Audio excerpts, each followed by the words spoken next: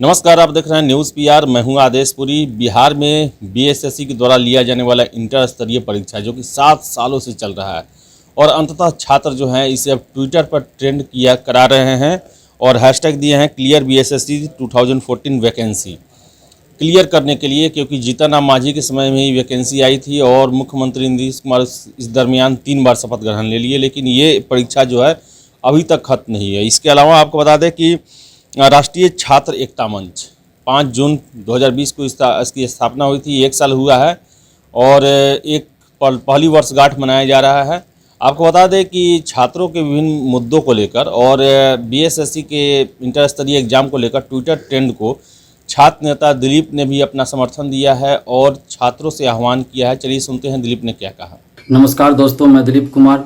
दोस्तों, BSSC inter स्तरीय की वैकेंसी 2014 की है। उस समय जीतन राम मांझी मुख्यमंत्री थी और उसके बाद कई बार सत्ता परिवर्तन हुआ, लेकिन नीतीश जी मुख्यमंत्री बने, फिर दोबारा इलेक्शन भी हुआ, उसके बाद भी नीतीश जी मुख्यमंत्री बने, लेकिन आज तक 7 साल पूरा हो जाने के बाद भी वो वैकेंसी पूरी नहीं हुई है। और 2014 के बाद न तो इंटर स्तरीय कोई वैकेंसी बीएसएससी ने निकाला है और न ही ग्रेजुएशन स्तर की कोई वैकेंसी निकाला है। और हर साल ये कहा जाता है हर एक 3 महीने पे कि अगले महीने रिजल्ट आएगा तो अगले महीने CGL 3 की वैकेंसी आएगी। तो आज बीएसएससी अभ्यर्थियों द्वारा बीएसएससी इंटर स्तरीय जो प्रथम इंटर स्तरीय बहाली है 2014 की है, उसको अविलंब पूरा करने यानी कि फाइनल रिजल्ट निकालने और ज्वाइन कराने की मांग को लेकर आज ट्विटर पे छात्रों द्वारा आंदोलन किया जा रहा है और हम भी उस आंदोलन के साथ जुड़े हुए हैं। हम भी साथ दे रहे हैं, हम भी समर्थन दे रहे हैं और आप सबसे भी हम अपील करते हैं कि आप सभी बिहार के छात्र, युवा, छात्राएं सभी मिलकर आज इस ट्विटर कैंपेनिंग को सफल बनाइए और शाम 4 बजे तक, आज 6 जून को अभी से शाम 4 बजे तक ट्विटर पे आप लोग ज़्यादा से ज़्यादा ट्वीट और रीट्वीट कीजिए। उसका हैशटैग है हैशटैग क्लियर बीएसएससी 2014 वैकेंसी। इस हैशटैग को आप लोग ज़्यादा से ज़्यादा ट्वीट और रीट्वीट कीजिए शाम 4 बजे तक। आज 6 जून को शाम 4 बजे तक इस हैशटैग को आप लोग ज़्यादा से ज़्यादा ट्वीट और रीट्वीट कीजिए ताकि सरकार और आयोग तक हम लोगों की बातों को पहुंचाया जा सके और आयोग पे दबाव बने, सरकार पे दबाव बने, ताकि जल्द से जल्द इस रिजल्ट को फाइनल रूप से इस रिजल्ट को निकाला जाए और ज्वाइन कराया जाए। और बीएसएससी CGL 3 की भी वैकेंसी 2014 के बाद नहीं आई है और द्वितीय इंटर स्तरीय की भी बहाली नहीं आई है और ये जो प्रथम इंटर स्तरीय है उसका फाइनल रिजल्ट नहीं निकला है। तो इन सभी चीज़ों पे बीएसएससी और सरकार को ध्यान देना चाहिए। इसी मांग को लेके आज ट्विटर पे कैंपेनिंग चलाया जा रहा है। आप लोग सभी लोग साथ दीजिए इसमें और आज 6 जून को शाम 4 बजे तक ट्विटर पे हैशटैग क्लियर बीएसएससी 2014 वैकेंसी को ज़्यादा से ज़्यादा ट्वीट रीट्वीट कीजिए।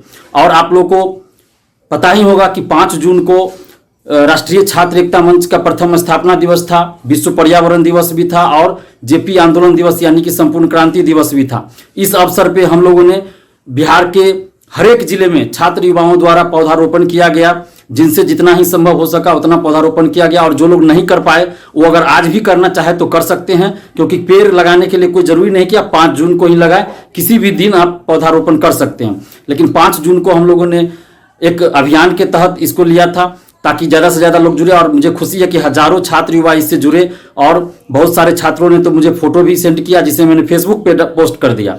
और आप लोग भी अगर कल पौधारोपण किए हैं या फिर आज भी अगर करना चाहे तो आज भी करके फेसबुक पे उसे पोस्ट कीजिए और मुझे भी 7282005656 पे व्हाट्सअप कर दीजिए।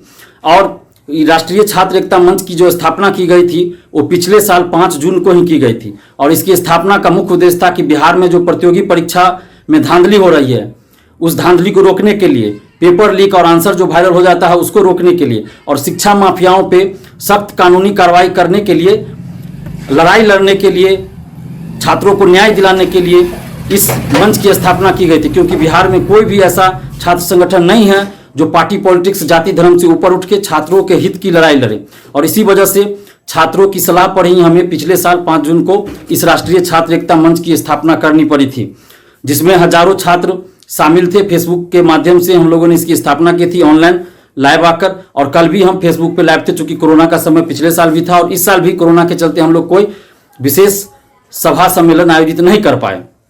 लेकिन ये जो राष्ट्रीय छात्र एकता मंच है जिसकी स्थापना ही की गई है छात्र हित की लड़ाई लड़ने के लिए और इसी मंच के बैनर तले 11 फरवरी को 11 सूत्री मांगों को लेकर हम लोगों ने आंदोलन किया था, जिसके दरमियान मुझे गिरफ्तार करके 15 दिन के लिए जेल भी भेजा गया था। और आगे भी राष्ट्रीय छात्र एकता मंच के बैनर तले हम लोग एक बहुत बड़ा छात्र महाआंदोलन करेंगे, जिसमें हमारी डिमांड जो है वो है बिहार के सभी प्रतियोगी परीक्षा में पारदर्शिता लाई जाए, धांधली रुके और पेपर लीक और आंसर वायरल जो होता है किसी भी परीक्षा में वो रुके, और शिक्षा माफियाओं पे कानूनी कार्रवाई की जाए। और ये जो दरोगा बहाली, सिपाही बहाली में जो धांधली हुई है उसकी सीबीआई जांच कराई जाए। हम सीबीआई जांच की मांग बार बार इसलिए कर रहे हैं क्योंकि एक परीक्षा में अगर धांधली की सीबीआई जांच होती है तो सारे शिक्षा माफिया पकड़े जाएंगे जो हर परीक्षा में पेपर लीक कराते हैं, अंदर से सेटिंग कराते हैं, और उसके बाद आगे आने वाली वैकेंसियों में वो धांधली बहुत रुकेगी। अभी मुश्किल से 5% जो है मेरिट वाले का रिजल्ट हो रहा है। अगर शिक्षा माफियाओं पे कानूनी कार्रवाई होती है, सीबीआई जांच होती है धांधली की, पेपर लीक की, तो 90% मेरिट वालों का रिजल्ट होगा, ईमानदारी से रिजल्ट होगा। तो आप सोचिए कितना अच्छा बिहार के युवाओं के लिए होगा, छात्र छात्राओं के लिए होगा। तो इसलिए ये मंच आगे भी आप लोगों के लिए लड़ेगा, और हमारा जो 11 सूत्री डिमांड था वो डिमांड हमारा रहेगा ही, और आगे भी इसमें और छात्र हित से जुड़े मुद्दे शामिल होंगे। और हम आपको फिर एक बार याद दिलाते कि हमारा जो छात्र महाआंदोलन 11 फरवरी को था, और आगे भी जो होगा उसका प्रमुख मुद्दा रहेगा कि प्रतियोगी परीक्षा में धांधली रुके, पेपर लीक आंसर वायरल रुके, और धांधली की सीबीआई जांच हो, और किसी भी तरह की प्रतियोगी परीक्षा में पारदर्शिता लाई जाए। ओएमआर सीट का कार्बन कॉपी, क्वेश्चन बुकलेट दिया जाए, आंसर की जारी किया जाए, और रिजल्ट के साथ ही कट ऑफ दिया जाए, सभी परीक्षार्थियों का मार्क्स बताया जाए। ये सारा मांग हमारा रहेगा। और ग्रेजुएशन का कोर्स जो 3 साल का 5 साल 6 साल लगता है वो 3 साल में ही हो। अभी पटना यूनिवर्सिटी को छोड़ दीजिए तो सभी यूनिवर्सिटी का सेशन लेट चलता है, 4 साल 5 साल में होता है ग्रेजुएशन। मिथिला यूनिवर्सिटी का थोड़ा सही भी है, लेकिन बाकी बिहार के सभी यूनिवर्सिटी का सेशन 3 साल का ग्रेजुएशन 5 साल 6 साल में होता है। तो हमारा डिमांड है कि 5 साल न लगे बल्कि 3 साल का ग्रेजुएशन 3 साल में ही हो। और महिला आरक्षण जो बिहार से बाहर की महिलाओं को मिल रहा है सरकारी नौकरियों में वो बंद हो। और अभी जो 33% महिला आरक्षण दिए जाने की बात हो रही है मेडिकल और इंजीनियरिंग कॉलेज के एडमिशन में, तो आप इसकी सच्चाई को समझिए कि इंजीनियरिंग कॉलेज में वैसे भी बिहार के इंजीनियरिंग कॉलेज में जो जिसकी स्थापना नीतीश सरकार ने किया, तो उसमें वैसे ही सीट खाली रह जा रहा है 5-7 साल से। वहाँ एडमिशन लेने छात्र छात्राएं नहीं जा रहे हैं क्योंकि वहाँ जो है इंफ्रास्ट्रक्चर नहीं है, सिर्फ और सिर्फ बिल्डिंग खड़ा कर दिया गया है। शिक्षकों की बहाली नहीं हुई है, जो भी शिक्षक है वो योग्य नहीं है, बहुत कम योग्य शिक्षक है, वो भी कॉन्ट्रैक्ट बेसिस पे हैं, हाजिरी होता है, क्लास नहीं होता है, बस एग्जाम फॉर्मेलिटी के लिए होता है और डिग्री दे दिया जाता है। और उस डिग्री को लेकर छात्राएं बेरोजगार घूमते हैं और बाद में एसएससी रेलवे बैंकिंग की तैयारी करते हैं। और अब तो एसएससी रेलवे बैंकिंग की वैकेंसी भी बंद हो गई है, तो अब तो और उस डिग्री का कोई महत्व ही नहीं रहेगा। तो इसीलिए ये जो 33% आरक्षण का झुंझुना थमाया गया है छात्राओं को, वो सिर्फ और सिर्फ वोट बैंक की राजनीति की गई है और नीतीश जी की घटिया राजनीतिक साजिश है। तो छात्राओं को इस चीज को समझना होगा कि ये सिर्फ और सिर्फ आपको झांसा दिया जा रहा है ताकि आप नीतीश को ही वोट दे। तो हम अपील करेंगे कि जो भी सरकारी योजना आता है उसका आप लाभ जरूर उठाएं, लेकिन नीतीश के गठबंधन या नीतीश जी की पार्टी को कभी भी भूल के वोट ना दे, चाहे आप छात्र हो या छात्राएं, क्योंकि ये नीतीश सरकार और खास के नीतीश जी छात्र युवा विरोधी हैं, शिक्षा विरोधी हैं, जो इनके पिछले 10 साल के कार्यों से देखने को मिल रहा है। तो प्लीज आप लोगों से हम यही अनुरोध करेंगे कि आज ट्विटर पे #clear BSSC 2014 वैकेंसी को ज़्यादा से ज़्यादा ट्वीट और रिट्वीट कीजिए। और आगे हम लोग फिर BSSC CGL 3 की वैकेंसी निकालने और BSSC द्वितीय इंटर स्तरीय की बहाली भी निकालने की मांग को लेकर भी ट्विटर पे कैंपेनिंग चलाएंगे, जिसका कि हम डेट बाद में बताएंगे आप लोग को। और इसके बाद जो बिहार दरोगा बहाली में जो मेडिकल वाला इशू है उस पर भी BPSSC को कोई नोटिस जारी करना चाहिए। छात्र छात्राएं परेशान हैं, अगर आपको मेडिकल नहीं लेना था तो नहीं लेना चाहिए था, क्यों एक्सेप्ट कर लिया, एडमिट कार्ड जारी कर दिया और उनका फिजिकल आप नहीं ले रहे हैं। अगर नहीं लेना है फिजिकल तो नोटिस जारी कर दीजिए, लेना है फिजिकल तो भी नोटिस जारी कर दीजिए। हम तो इतना ही चाहते हैं कि आप जो भी करना है आपको एक नोटिस जारी कर दीजिए। लेकिन ये BPSSC जो दुनिया का सबसे भ्रष्ट आयोग है वो कोई भी चीज का नोटिस जारी करता ही नहीं है।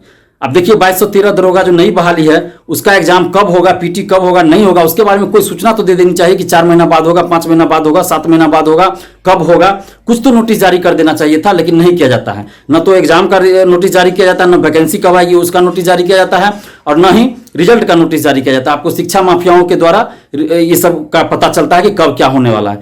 तो कम से कम BPSSC को चाहिए, एक संस्था है, ये भर्ती आयोग है, इसको चाहिए कि एक नोटिस जारी कर दे और जो मेडिकल वाले छात्र छात्राएं परेशान हैं उनको परेशानी ना हो, इसका ख्याल BPSSC को रखना चाहिए। और 64वीं BPSC का जो फाइनल रिजल्ट है वो संभवतः आज निकलने वाला है, क्योंकि रिजल्ट फाइनल हो चुका है। किसका लिस्ट में नाम रहेगा, किसको बाहर किया जाएगा, वो फाइनल हो चुका है। जिससे संबंधित एक फोटो भी हमने फेसबुक पे पोस्ट किया था। आप लोग काफी समझदार हैं, खुद समझ गए होंगे मैं क्या कहना चाह रहा हूं। तो उसका भी रिजल्ट आने वाला है, लेकिन 2018 की वैकेंसी है 64वीं बीपीएससी। तो आप लोग प्लीज एकजुट रहिए। छात्र हित में हम आगे भी इस राष्ट्रीय छात्र एकता मंच के बैनर तले आंदोलन करेंगे। जब भी जरूरत पड़ेगी, जब भी छात्र युवाओं के साथ अन्याय होगा, हम उनके न्याय के लिए, उनके हित और अधिकार और हक के लिए लड़ेंगे। लड़ते आए हैं और आगे भी लड़ेंगे। बस आप लोग हमारा साथ दीजिए और साथ में आप लोग पढ़ाई भी कीजिए। हम ये नहीं कह रहे हैं कि पढ़ने वाले की नौकरी नहीं लगती है, पढ़ने वालों की भी नौकरी होती है, लेकिन आपको मेहनत ज़्यादा करना पड़ेगा। पहले मान लीजिए आप 7 घंटा पढ़ते हैं, तो अब आपको 10 घंटा पढ़ना पड़ेगा। पहले आप किसी एग्जाम में पास करने के लिए 60 क्वेश्चन का टारगेट रखते थे, तो अब आपको 75 क्वेश्चन का टारगेट रखना होगा कि आपको उस एग्जाम में 100 में 75 क्वेश्चन सही करना पड़ेगा, क्योंकि पेपर लीक हो जाता है, आंसर वायरल हो जाता है, अंदर से OMR सीट रंगा जाता है। तो इन सब चीज़ों को ध्यान में रखते हुए आप थोड़ा पहले से ज़्यादा पढ़ाई कीजिए। और जो भी छात्र हित में आंदोलन होता है, चाहे वो ट्विटर पे हो, फेसबुक पे हो या जमीनी स्तर पे, उसमें सभी लोग साथ दीजिए, चाहे आप उस परीक्षा को दिए हों या ना दिए हों।